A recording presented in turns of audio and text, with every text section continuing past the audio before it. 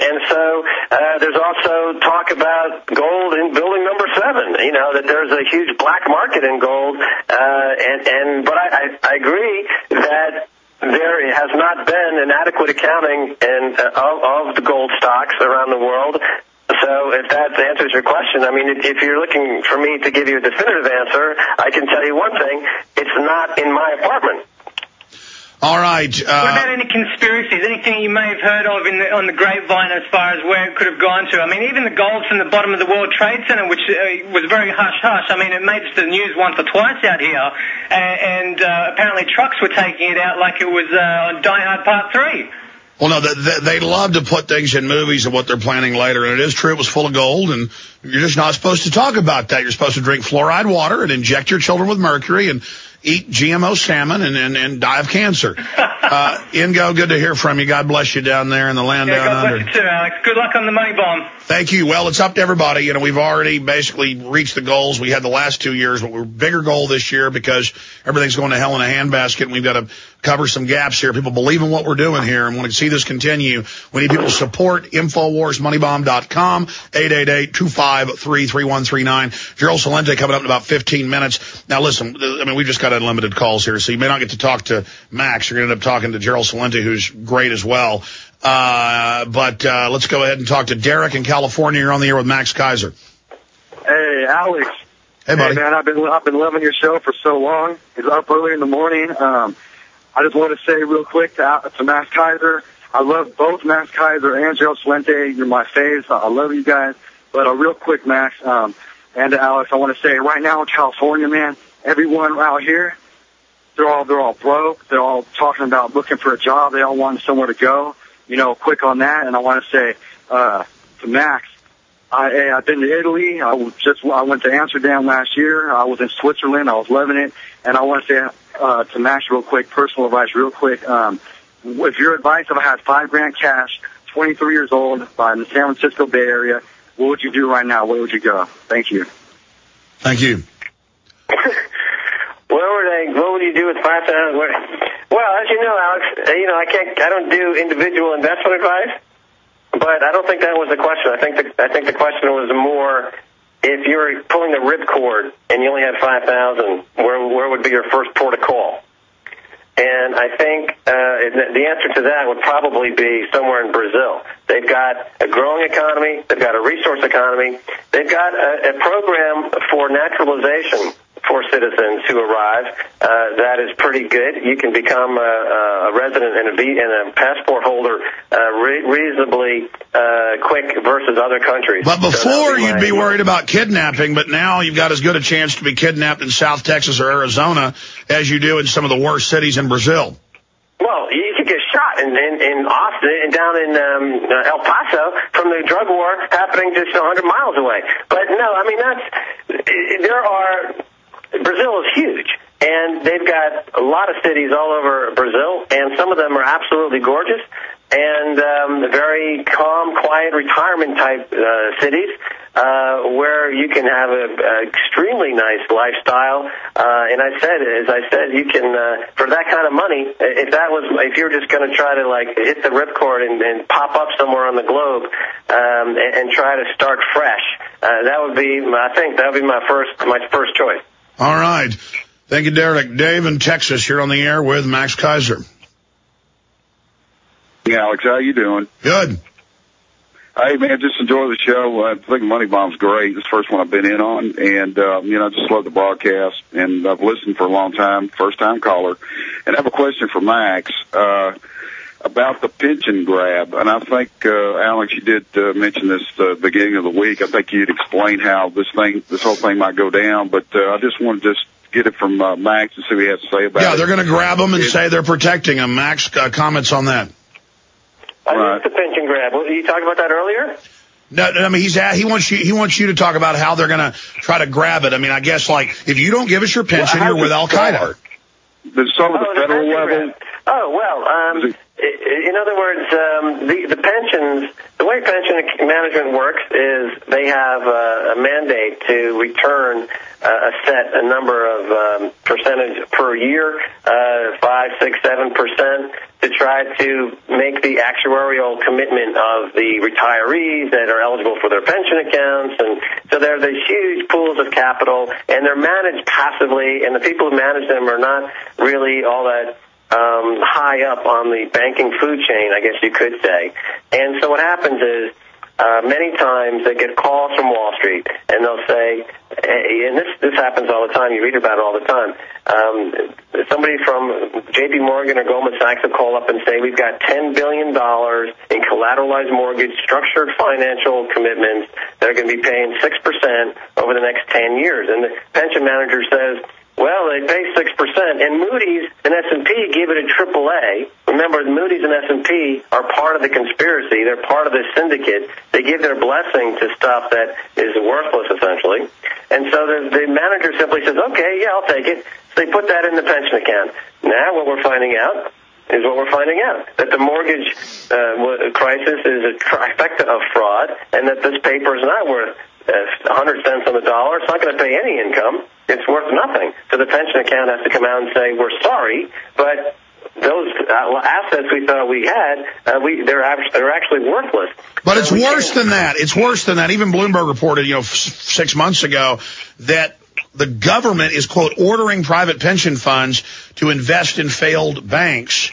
And there's no law, but when the federal mafia shows up and says, listen here, Mac, put the money in the bag of your deads, and they say, yes, sir, Mr. Government, let me lick your boots. I'm not with Al-Qaeda. Here, take Granny's money. They go, that's right. Next time I'll want more, Mac. I mean, that's basically the attitude here. Well, this is leading to the mother of all pension grabs, which is the federally mandated directive that Social Security must buy all of this toxic waste. And this is how they're going to try to launder billions of toxic waste, is by the federal government saying Social Security now, under federal mandate, must buy this stuff. And, of course, that will obliterate Social Security. And anyone. And then they'll blend all that together with all the derivatives, and then everybody's tied to it even more through financial terrorism and blackmail. And they're admitting they want to put taxes on your pension funds. They're going to take it and manage it. But after all, Max, don't you feel safe having your private pension fund taken by Wall Street run Washington? I mean, this is freedom. And they're training the troops to make sure we understand how good the government is right now. And look how good they treated those Iraqis. A million of them dead, and a lot of Americans laughed and enjoyed it. Well, now the same system is going to have a good time with everybody out there. Dave, God bless you. Good to have you on board with us. A few final calls with Max Keiser. Then we're going to play a quick video, and then we're going to have Gerald Salente on via video Skype connection. We are live. It is the 15th day, Friday, the 15th day of October, 2010. InfoWarsMoneyBomb.com or 888-253-3139 to call and donate. Please help us, folks, continue and expand to the next level. Caller one, Gala in France. You're on the air, and if you don't like tyranny, you must be with Al-Qaeda. Welcome, Al-Qaeda. Hi, Alex. This is Gayla. I'm kind of nervous a little bit. My question is for Max. Sounds like you have a little bit of a crush on Max right now, Gayla. Well, I'm married. I bet this is going to be a surprising call. Well, I'm curious, yes. Yes, Gayla, I'm going to shut up and stop being sarcastic. I'm a bit dingy. I apologize. I'm from Texas, too, okay? I'm a Texas girl, too. I'm born and raised in Texas, and I was born in Hereford, Texas, and never mind. But I live in France now. My question is for Max. Is he going to take your advice and look for a girl to get married and have some little Max babies? Say that again, ma'am. I didn't. Say that again. To actually take your advice. Yes. And find a good girl or whatever, and have some little Max babies. Stacy just entered the room, and she's carrying a shotgun. That's right. So I knew it. I could sense it. I could tell by her voice when a female's sniffing around. Gayla, you called up going after old Max. I think you got a pretty big I don't want to do the job. I just was curious because I live in France. And I thought, hey, we could work something out and find someone. But I just think Max is a wonderful person, and think that we need more. We need more guys like that. I'm losing consciousness. So Stacy's choking. Oh, I'm gonna be dead. All right. Max, you there? Whoa, man, that was a close one. Gayla, are you gone? No, I'm in trouble, man. Listen, I can't be a matchmaker here. You know Max is taken, Gayla. Oh, heck. Well, then can I ask one more thing, and then you can let me go? Sure. My son loves it when you do Pinky and the Brain. Okay. I can also do Marvin the Martian. Oh, dear, I've had to take all your pension funds. Now I'll have CENTCOM disintegrate you. We're occupying your country with paramilitary forces to protect you. Oh, my gosh. All right, that's not Pinky and the Brain. That's Marvin the Martian. Thank you, Gayla. That was a very interesting call. Max, you just have the women savagely beating down your door right now. Well, you see, the September of my voice, it actually tickles their uvula. I don't know what that is, but okay. It's a family show, Keiser. That sounds bad, whatever you just said. No, the uvula is a little punching bag at the back of your throat. Oh, okay. It's a perfectly, benign piece of the human anatomy. Okay. If I said clitoris, that would have been that's enough. That's enough. Okay, Keiser. Okay. Oh, my gosh. Look, let's take one more call for Max Keiser, the gallows humor here as we accelerate into Beelzebub's kingdom on earth. The god of this world. Let's talk to Vincent in New Orleans. You're on the air. Yeah, hey, Alex, Max, good morning. Welcome. Great morning show. I like the morning show with Alex Jones and Max Keiser. It's great. I've been to Austria before, Max, and I spent some time over there, and I just love the country. How do you think Austria? Well, first let me say, anybody that leaves America is with Al-Qaeda, and you're unpatriotic, and you should be like most Americans and not even have a passport. How dare you, Vincent, say that you traveled to Al-Qaeda, also known as Austria, that we all know they're Taliban stronghold that hates America, and they should take their export back, Arnold Alois Schwarzenegger. But anyways, I apologize. Go ahead and ask your question of Max Keiser. Yeah, well, I was just, I have been to Austria before. I love it. I like being able to hike up the mountains in the Alps and find that there are no grizzly bears or mountain lions, and there's a beer hall on top of it. And I just wanted to know what you thought was going to happen with Austria in the coming economic meltdown. Well, I mean, so the question is, what's going to happen to these countries, or are these places good places for people to go to when they leave the U.S.? Because those are two. Well, I wasn't going to put it that way, but yeah, basically, if you, long after we're overrun by third world populations and we're all, literally running around licking the boots of the local strongman, I think they'll be on top those 500-year-old abbeys swilling ale.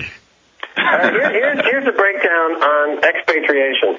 The easiest place to get a residency, if you arrive in the country without any papers whatsoever, is Germany and the Netherlands. You can go to Germany or the Netherlands today and go to the police station, say, "Hi, I'm here," and you can establish residency immediately without any papers whatsoever. Germany, they have that huge American military base, so they're very friendly, actually, to Americans for that reason. Rammstein.